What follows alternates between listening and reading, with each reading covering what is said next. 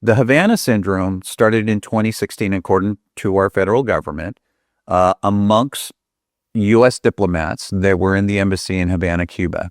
And what they complained about is an acute onset of a strange sound that was being beamed to their heads. And they likened it to an electronic sound of cicadas, which are crickets. And in fact, the U.S. government tried to blame it on the crickets, but it wasn't the crickets. And they didn't take it seriously until the Canadian diplomats started complaining about the same symptoms. The other symptoms that go along with this are short-term, long-term memory loss, severe vertigo, head pain, nausea, vomiting, and electrical shocks to the body. Now, in 2016, a gentleman by the name of retired Lieutenant Colonel Greg Egring gave testimony at United States Congress. And he said that this phenomenon is real. It's happening not only to our diplomats, but the best of our best in the FBI, CIA, and now it's happening to congressional members. The only problem is they only acknowledge that it's happening to federal employees and their family members, but they forget their family members are civilians. And right now, the only resources available are to those federal employees. But I've been documenting thousands of cases of U.S. civilians who were suffering from the exact same symptoms. Now, we can go deeper down the rabbit hole. Along with these symptoms, a lot of these victims talk about being electronically tortured 365 days a year, 24/7. And they talk about this auditory phenomenon that happens. Also, the federal employees talk about this auditory symptom, but they don't express what it is literally.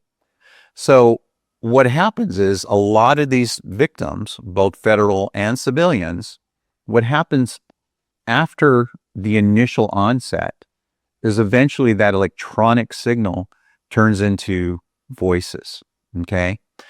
Now, if you go to your general practitioner, like we've all been conditioned to do, and you start to complain, as soon as you say those words, you're automatically railroaded into the mental health industry. Now, a lot of you have heard about my investigations, where it led to, and we talk about the Bonnie Kellerby case. Now, Bonnie Kellerby in early years, her husband thought she was crazy. He was going to divorce her.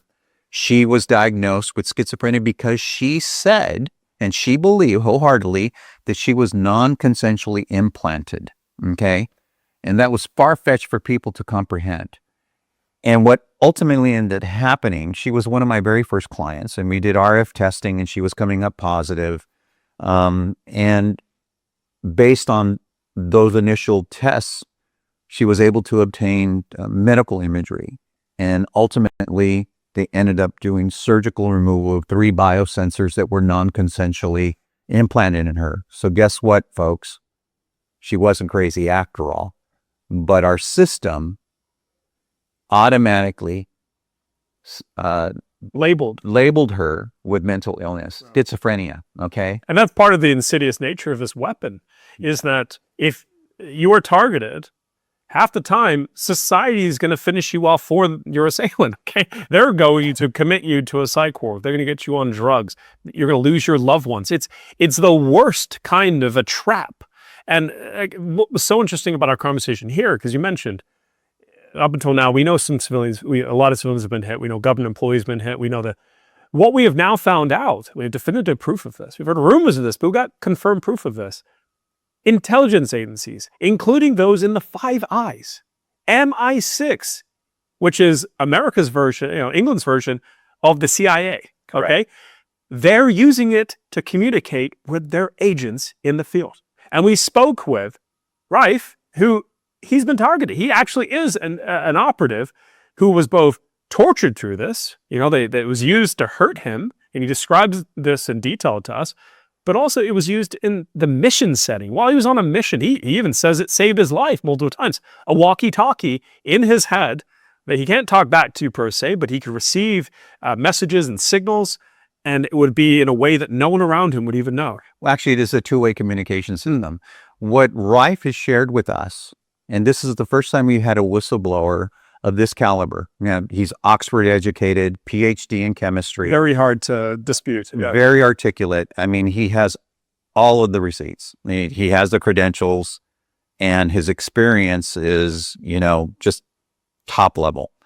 And for him to come out and express to us, his superiors ordered him to take on this new communication system. And he thought he was doing what he was supposed to. And what he wasn't aware of is the negative aspects of this. So what he shared with us, and you're about to hear him, and it is phenomenal, incredible. And this is why I say he's a hero, because we've been waiting for someone like this to come forward. You know, there are a lot of CIA agents that came forward and talked about being assaulted and being victims of this technology, but not one of them has come forth and really given the true aspect of what this system is about. Now, what Rafe shares is this is the communication system that these MI6 assets use to speak back and forth, getting rid of traditional Dropbox formats and communicating or getting assignments or getting information or traditional digital ways that they were utilizing. And he thought this was a great thing. They were all convinced and told that this is going to be something that could save your life. And in his case, he talked about at times how it did, but what he didn't sign up for, and he said this, once he realized how intrusive it was. Basically, this is synthetic telepathy at real-time latency.